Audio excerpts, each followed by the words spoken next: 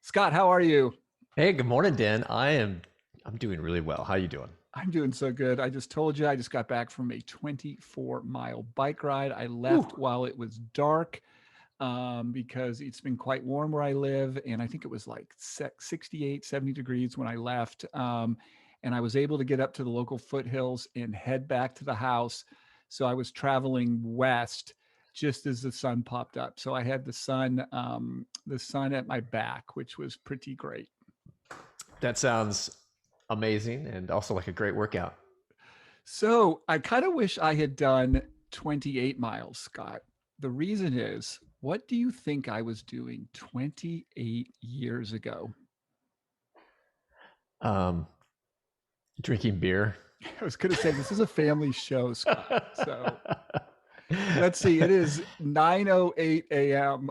Let's hope that wasn't the case at literally 28 years ago. But maybe 9:08 p.m. That might have been the case. 9:08 p.m. So this is July 29th. It was actually August technically, but 28 years ago.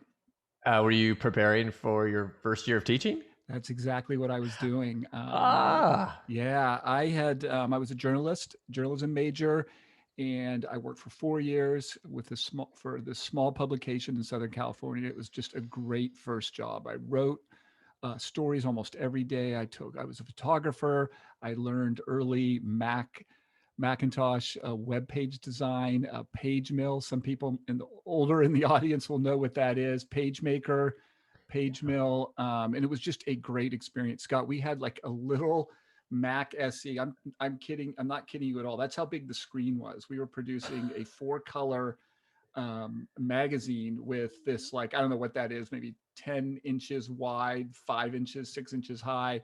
Eventually we got bigger monitors and Macintoshes started to expand. But anyway, it was a great first job. And then I went into teaching. And so 28 years ago, Scott, I entered the classroom. And I wasn't sure if it was 1992 or 1993. So you know what I did, Scott? I went and looked at my Social Security oh. estimator statement, and guess what? No, it looked like I had no income starting that year for a bunch of years. Why was that, Scott? And this is important for our audience to know this. Yeah, in California, public school teachers do not contribute to Social Security. So your wages are not subject to Social Security. So the wage that's reported to the Social Security Administration is goose egg, That's zero. exactly what I had for a bunch of years. Now I took a time off for a year, moved to Washington D.C., came back. So there's like eight of 9 years. There um, is zero income reported for Social Security. And so anyway, Scott, I have been thinking a lot about new teachers because here it is, late July, new school year for our kids starts in 2 weeks. And I thought that was maybe the hardest year of my life professionally, was being a new teacher. And so I have so much empathy, but I think it's even harder now because most of these new teachers, I wonder if they were even in physical classrooms last year. I wonder if it was more of Zoom student teaching. Either way, I just wonder what kind of experience they got. And now they're going to be starting, full time, just a super important, super rewarding job, but a super difficult job. Well, I mean, yeah, some of them were teaching online last year for their first year. In fact, I mean, I met a few of them. This is, the longer your wife is a teacher, or the longer you're a teacher, the more opportunity you have to see the kids that you taught become adults. And that is such a weird experience. Our babysitter for our kids was one of the way my wife met her was through her eighth grade classroom.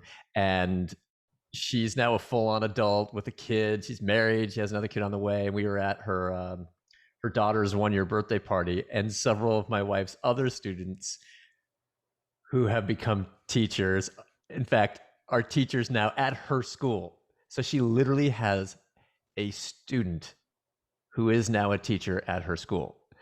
I mean, she's only 46 years old. She doesn't seem old enough to have that. So, and they, last year they taught online. They're getting ready to teach in person this year. And it's kind of interesting, but yeah, it's very. I remember my wife's first year and her second year and her third year, and it was a stressful time period. You are absolutely right. Well, first of all, your wife looks way too young to be in that situation. Okay, I'll just tell you that. She started what age again? Did she start, Scott? Must have been like 22. 22. I was, I believe, 27 when I started. Um, but I have been thinking a lot about new teachers. So, Scott, my most recent blog post is a letter I've written to new teachers, and I've gotten a lot of great feedback, and I'm going to read it here. So, let me do a screen share for our YouTube audience. So, here we go. I'm going to go ahead and read this, Scott, and then get your comments. I'll get a drink of water here. All right, it's very short. Dear new teachers, thank you. Thank you for embarking on a career that can have such a positive impact on society. I know how excited you are about the upcoming school year. I just want to share a few thoughts that I wish someone had shared with me when I was in a similar position in August 1993. The job is rewarding, but it can also be draining. I taught in my late 20s and early 30s, and I was often exhausted by Friday dismissal. Please take care of yourself. Not only should you strive to eat well, exercise regularly, and get lots of sleep, please go easy on yourself. I was far too self critical in my early years of teaching. In hindsight, I wish I had celebrated the victories more and been, as Coach Ted Lasso urges his players when things go south, a goldfish, a creature with a short memory. I used to think the phrase teachers touch the future was corny, but I now see how true that is. A few years ago, I had to take my son to the emergency room. One of my former third graders was doing his residency in the very hospital. Former students have reached out to say hi, to thank me, to recall a classroom incident, or to let me know about a life milestone. I get emotional thinking about these encounters. While you will surely have similar interactions, please don't forget to think about yourself, your future self. When you are in your early 20s, age 56, my age, seems a long way off. It's not. By the time you hit your 50s, I want you to be well on the path to ensuring a comfortable retirement. Here are three simple things you can do to make this a reality. Number one, most teachers are covered by a pension plan. This is a formula based retirement plan where payout is based on some combination of years worked, salary, and age at retirement. Unfortunately, many states are making retirement plans less generous for new hires. Understand now how your plan works. Number two, get wise to the two 401k like retirement plans available to teachers, the 403b and the 457b. When used correctly, these can be fantastic wealth building tools. Learn more about the 403b and the 457b at 403bwise.org. Number three, avoid the 403b sales agent in the staff lounge and the ones filling up your email box. They will claim to be financial advisors. They are not. They are commission based salespeople. Tired of seeing my colleagues ripped off by 403b sales agents, I started 403b Wise in 2000 to educate teachers about the 403b and advocate for lower cost investment choices. Not only do we provide information on the wise use of the 403b and now also the 457b, we put on free weekly education sessions on saving for retirement. We are hosting a special 1 hour education event for new teachers on Thursday, August 19th, 4 p.m. Pacific, 5 p.m. Mountain, 6 p.m. Central, and 7 p.m. Eastern. We will be raffling off copies of my book, Teach and Retire Rich. You can learn more about the event and register here. Your future self will thank you. Stay wise and well, and get to know how to unjam the copy machine. Unjamming the copy machine is a big deal. Do not underestimate. Scott, I've worked at a lot of schools, and I honestly feel like that was the most important thing. As much as I tried to get away from, printed copies, you always needed them for something. And if you didn't get to school early, you're not getting those copies made. And God forbid if that thing jams 10 minutes before the bell. I know this is off topic, but one of the cool things that my wife's school district has done is for those teachers who are willing to plan ahead, they can now submit their documents electronically to a central authority, and they will do everything. They'll take the document, print it, copy it, put it in your box, or even deliver it to your room. So you don't have to go and waste your time doing that. So that's a new innovation that has really helped a lot for the teachers who are willing to plan ahead. But I know that wasn't the entire point of this article. I loved how you talked about your former students. Seeing your third grader. I mean, that's just got to be Alex. such a. Did you recognize him or did he recognize you? I Well, mean, yeah. you probably look like you did 20 years ago. So I Well, mean, I think I'll take that as a compliment. So I it was actually meant that know, way. I actually know his mom pretty well. Okay. She's a professor at Cal State Fullerton, so we've stayed in touch. And when I took Ben there, and I'll let everyone know, Ben is fine, but it was a pretty serious injury. But I knew he was in the Redlands area, and was working at one of the local hospitals. So I texted his mom and I said, "Look, I just took Penn to the emergency room. I'm going to be here for almost all day. And I believe your son is doing his residency." Yeah, I think he was either in the building over or two floors up. Anyway, he came down and he is like, I think 6'2". He was a third grader in my class, and he was one of these kids that had so much just energy and ideas and just constantly like, "Mr. Otter, what about this? What about that?" I mean, it's no surprise that this kid went to Berkeley, goes on to be a doctor. He's just an amazing kid. And again, to see that third grader to soon to be doctor, just amazing. It's teachers, or we'll say educators, are like mini celebrities almost in their communities. We've been here in Marietta for, let's see, since 2000, I don't know, 2005, so almost 16 years. And it doesn't matter wherever we go. Every time we go out, we see someone that my wife is either teaching or taught. I mean, my daughter is at the point where she just rolls her eyes. I love it. And I mean, I have just a very small taste of it. I coached soccer for about a decade here with my kids were in soccer, and so I see the kids that I coached, around. But if we see them all over, we'll be in downtown San Diego. It's an hour away from here, walking down the street, and a car will drive by, the window will roll down. Mrs. D, hey! It's one of my wife's former students. We'll be at the airport, and it'll be a student will be like, "Hey, Mrs. D." It's just we've seen students in other states. I've been at a bar before, and the bartender was like, "Hey, did your wife teach at XYZ school district?" And I'm like, because I have a pretty unique last name.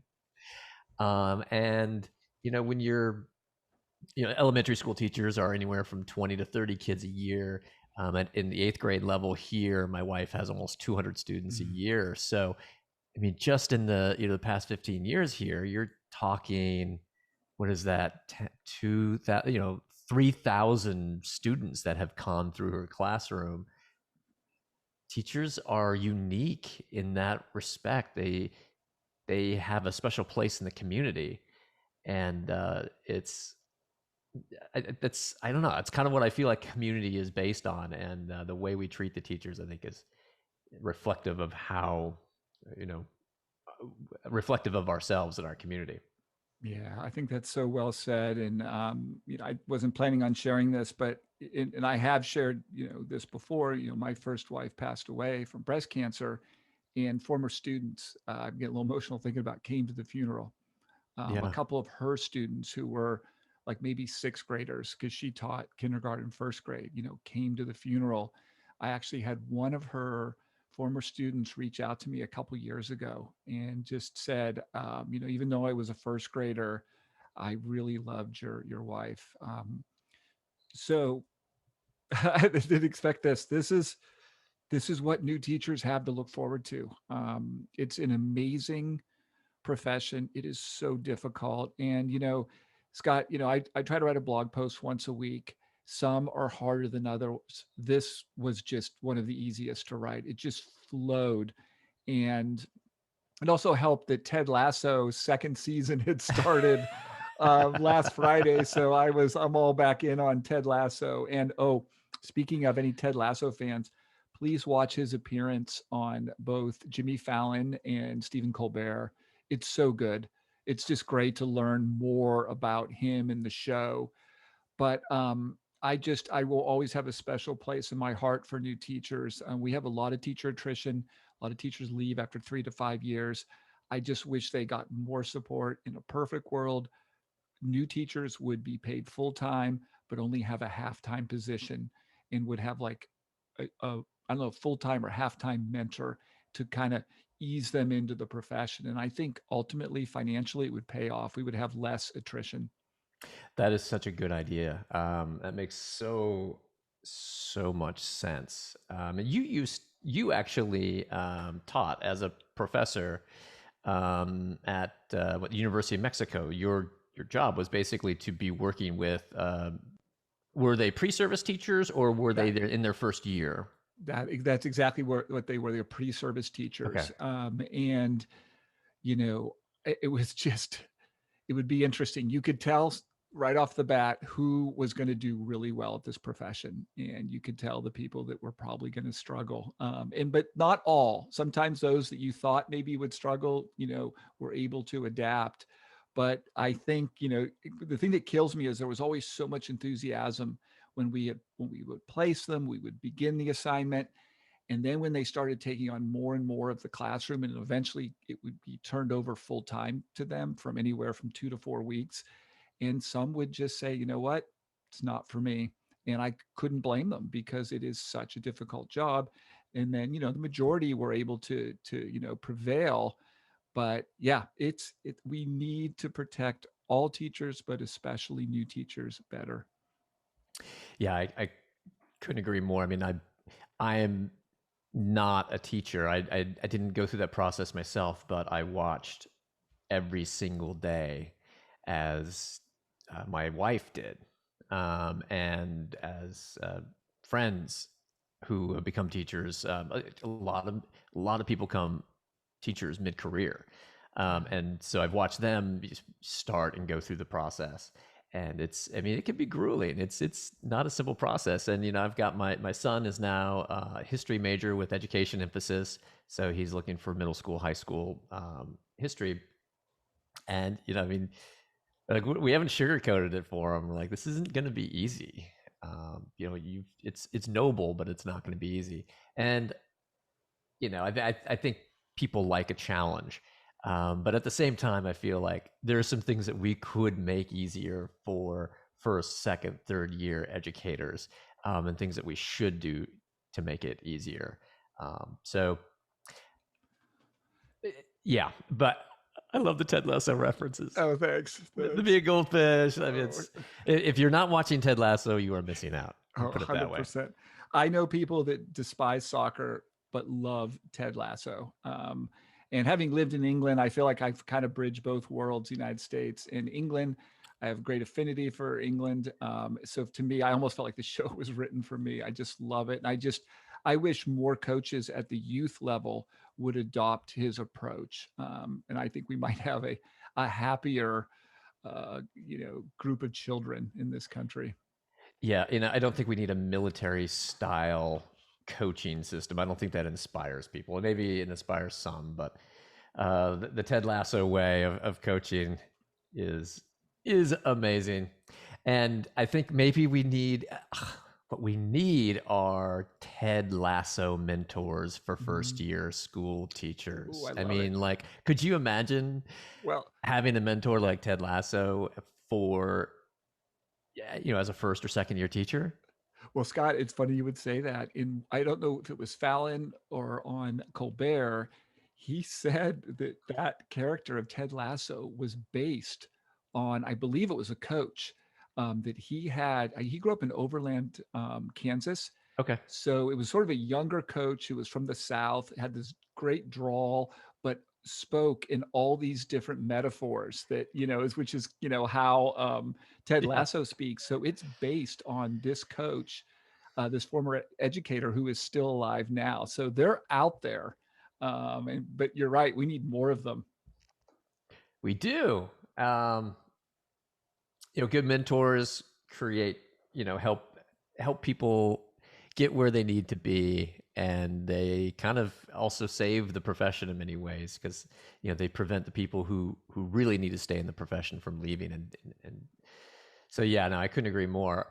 So what else about what else I liked about this blog post is that you talk about how teachers need to protect themselves.